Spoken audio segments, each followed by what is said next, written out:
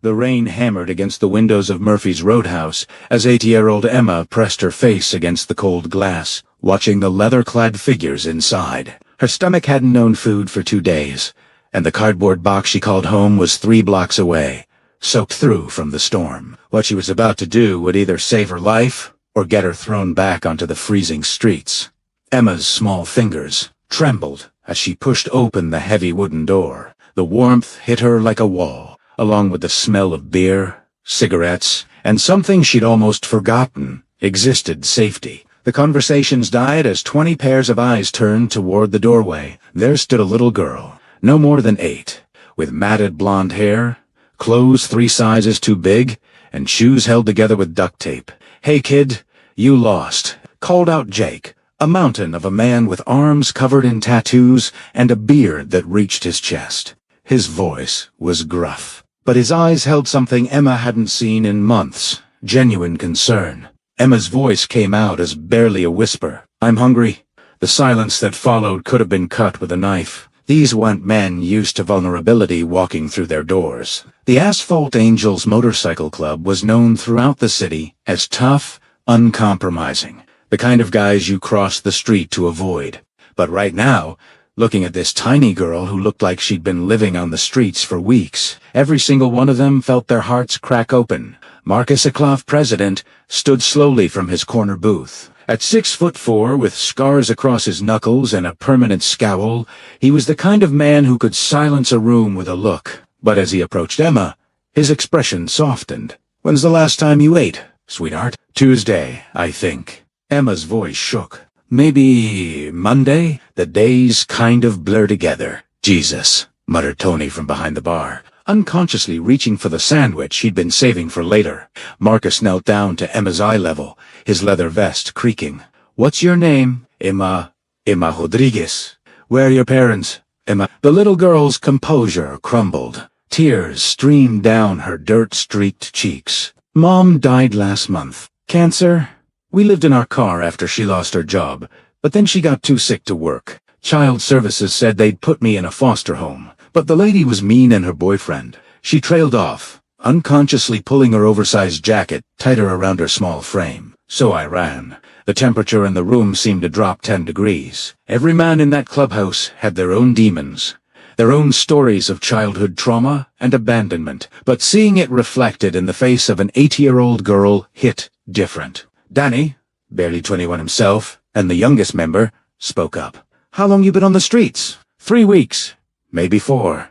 Emma wiped her nose with her sleeve. "I sleep in the cardboard behind the grocery store. Sometimes people throw away good food, and I can find some before the rain ruins it." The bikers exchanged glances. These were men who'd seen the worst life had to offer, but this was testing every protective instinct they'd buried under years of tough guy facades. If you're feeling moved by Emma's story, make sure to subscribe to Road Motorcycle Diaries. We believe every story of unexpected kindness deserves to be heard.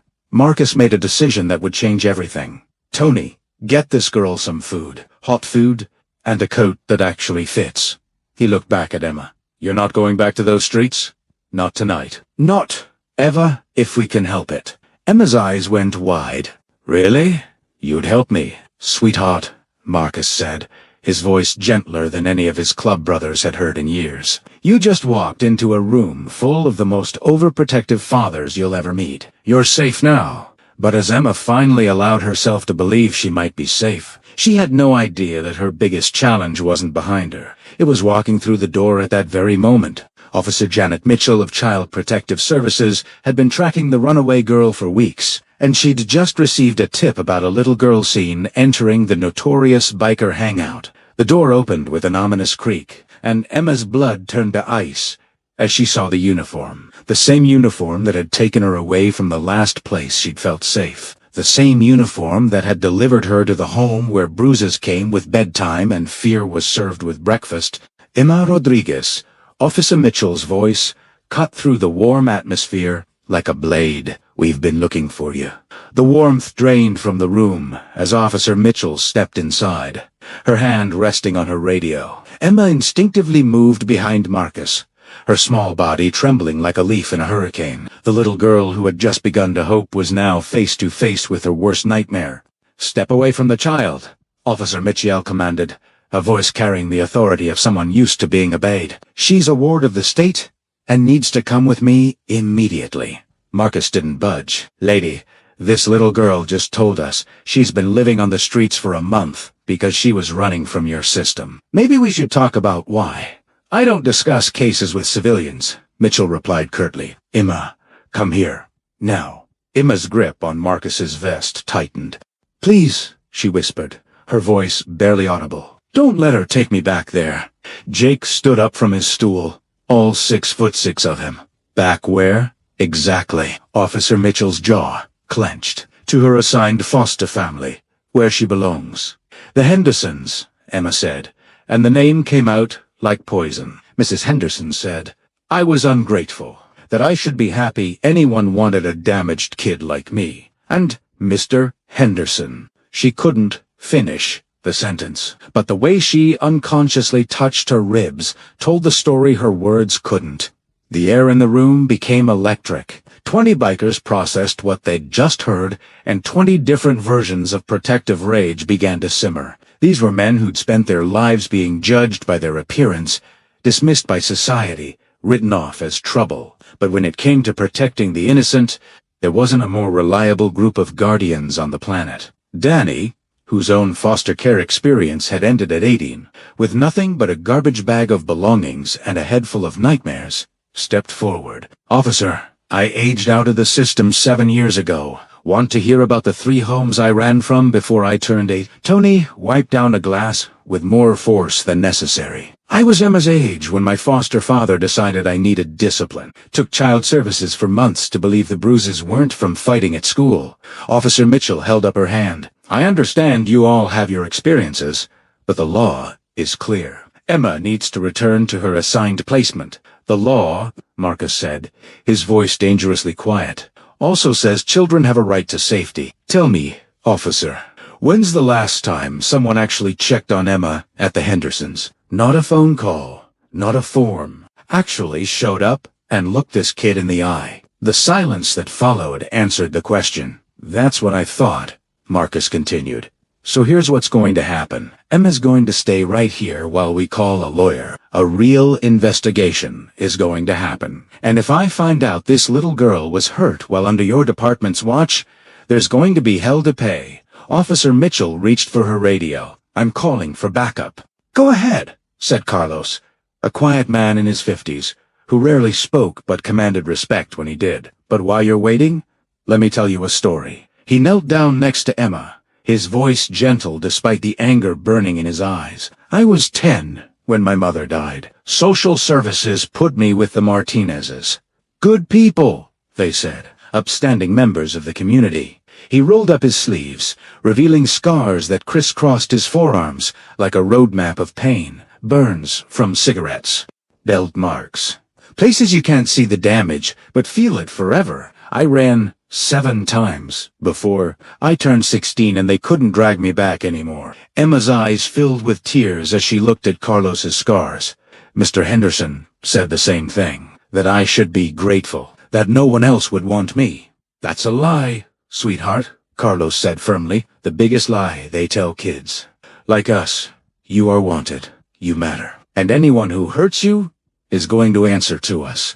Officer Mitchell's backup arrived, 2 squad cars with 4 officers. But as they entered the roadhouse, they found something unexpected. 20 bikers sitting calmly at their tables, Emma in the center eating a hot meal, and Marcus on the phone with what sounded like a very expensive attorney. "Sarah, it's Marcus.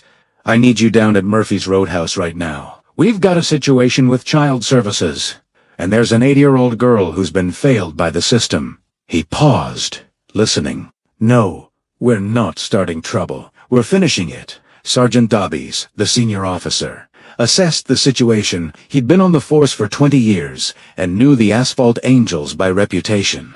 Tough, yes. Dangerous to those who deserved it, absolutely. But he'd never known them to harm a child. In fact, he remembered their annual toy drive that brought Christmas to hundreds of kids whose families couldn't afford it. What's really going on here? Davis asked quietly. Marcus gestured to Emma. Little girl walks in here hungry, scared, been living on the streets for weeks. Says she ran from foster care because she was being hurt. Social services wants to drag her back to the same home without investigating why she ran in the first place. Davis looked at Emma, really looked at her. The too thin frame, the way she flinched when Officer Mitchell moved, the defeat in eyes that should have been full of childhood wonder. He'd seen enough abused kids to recognize the signs. Officer Mitchell, Davis said carefully, has there been a welfare check on the Henderson placement recently? That's not. We don't have the resources to constantly monitor every placement, Mitchell replied defensively. So that's a no, Danny said. Oh, about is why. Don't we call the Hendersons right now? Ask them to explain why Emma has bruises on her ribs and why she'd rather live in a cardboard box than their house. The lawyer Sarah arrived like a hurricane in a business suit. She took one look at Emma, then at the assembled bikers, then at the overwhelmed social worker, and immediately understood the situation. Officer Mitchell, Sarah said with the tone of someone who'd won more custody cases than anyone cared to count, I'm requesting an immediate emergency hearing to investigate the Henderson placement. Until then, my clients are requesting temporary emergency custody of Emma Rodriguez. Your clients, Mitchell sputtered. They're bikers. They're citizens, Sarah corrected. Citizens who found an abused, homeless child and fed her. Citizens who noticed what your department apparently missed. She pulled out her phone. I'm calling Judge Harrison. He owes me a favor, and he's not going to be happy to hear about a little girl sleeping on the streets while social services tries to return her to an abusive home. Emma looked up at Marcus, hope flickering in her eyes like a candle in the wind. Does this mean I can stay? Marcus squeezed her shoulder gently. We're going to fight for you, little one, however long it takes, however hard we have to fight. You're not alone anymore. But as the legal wheels began to turn, none of them knew that the Hendersons had already been contacted about Emma's location, and Mr. Henderson, with his respectable job and clean criminal record, was already on his way with a court order of his own. The real battle for Emma's future was about to begin. Don't miss what happens next. Subscribe to Road Motorcycle Diaries and hit that notification bell, because this story is about to take a turn that will leave you on the edge of your seat. The courtroom was packed beyond capacity 3 weeks later, and Emma had never seen so many leather vests in one place that wasn't the Roadhouse. Judge Harrison, a stern man in his 60s, who'd seen every kind of custody case imaginable, looked out over the unusual assembly with raised eyebrows. On one side sat the Hendersons, Mr. Henderson in his pressed suit, and Mrs. Henderson clutching a tissue, both looking like the picture of respectability. On the other side, 20 bikers filled 3 entire rows, with Emma sitting between Marcus and Sarah, wearing a new dress that actually fit and looking healthier than she had in months. This is highly irregular, Judge Harrison began, but given the circumstances, I've allowed this hearing to determine the best placement for Emma Rodriguez. He looked at the case file. Mr. and Mrs. Henderson, you're requesting the return of your foster child. Mr. Henderson stood, his voice smooth and practiced. Your Honor, we've provided a safe, stable home for Emma for 3 months. Her running away was simply an adjustment issue. We're prepared to welcome her back. With additional supervision, Mrs. Henderson added quickly, we understand she needs structure. Emma's hand found Marcus's, gripping it tightly. The word structure made her stomach clench with familiar fear. Judge Harrison turned to Sarah. And you're representing the Asphalt Angels Motorcycle Club, Your Honor, who are requesting emergency custody pending a thorough investigation into the Henderson placement. A murmur rippled through the courtroom. Judge Harrison had presided over thousands of cases, but bikers fighting for custody of an abused child was a first. Mr. Thompson. The judge addressed Marcus by his legal name. Explain to me why this court should place a young girl with your organization. Marcus stood, and despite the formal setting, his presence commanded the room. Your Honor, 3 weeks ago, a starving 8-year-old walked into our clubhouse, asking for help. She'd been living on the streets, eating from garbage cans, sleeping in cardboard boxers. She was so scared of going back to the Hendersons that she chose homelessness. He gestured to Emma. Look at her now. She's gained 12 pounds. She's sleeping through the night without nightmares. She's smiling again. Our club has been running youth programs for 15 years. We've helped dozens of kids get back on their feet. But you're not a licensed foster care facility, Judge Harrison pointed out. No, Your Honor. Danny stepped forward. But we're all survivors of the system that failed us. Carlos here spent 6 years in abusive foster homes. I aged out with nothing but trauma and trust issues. Tony was in and out of placements until he was 16. Carlos stood next. Your Honor, may I show you something? At the judge's nod, Carlos rolled up his sleeve, revealing the scars Emma had seen that first night. Cigarette burns from my foster father. The same man who told social workers, I was adjustment challenging when I tried to report what was happening. A gasp rippled through the courtroom. Even Judge Harrison looked shaken. Emma told us, Carlos continued, that Mr. Henderson used almost the same words, called her ungrateful and damaged. Your Honor, we know what those words really mean. They mean a child is being broken down systematically by adults who are supposed to protect them. Mrs. Henderson stood up. This is ridiculous! We never hurt her. Then explain these, Sarah said, presenting photographs to the court. Medical records from Dr.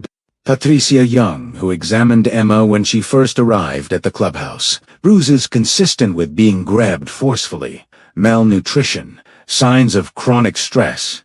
Emma watched as the photos were passed to Judge Harrison. She remembered Dr. Young's gentle hands, the way she'd explained everything before she did it, the kindness in her eyes when she'd said, Sweetie, none of this was your fault. Mr. Henderson's lawyer whispered urgently in his client's ear. Henderson's face had gone pale. Your Honor, Sarah continued, we also have testimony from Emma's teachers, who documented concerning behavioral changes during her placement with the withdrawn behavior, academic decline, and what one teacher described as learned helplessness. Judge Harrison studied the documents, then looked directly at Emma. Emma, I'd like to hear from you. In my chambers, just you and me. The private conversation lasted 20 minutes.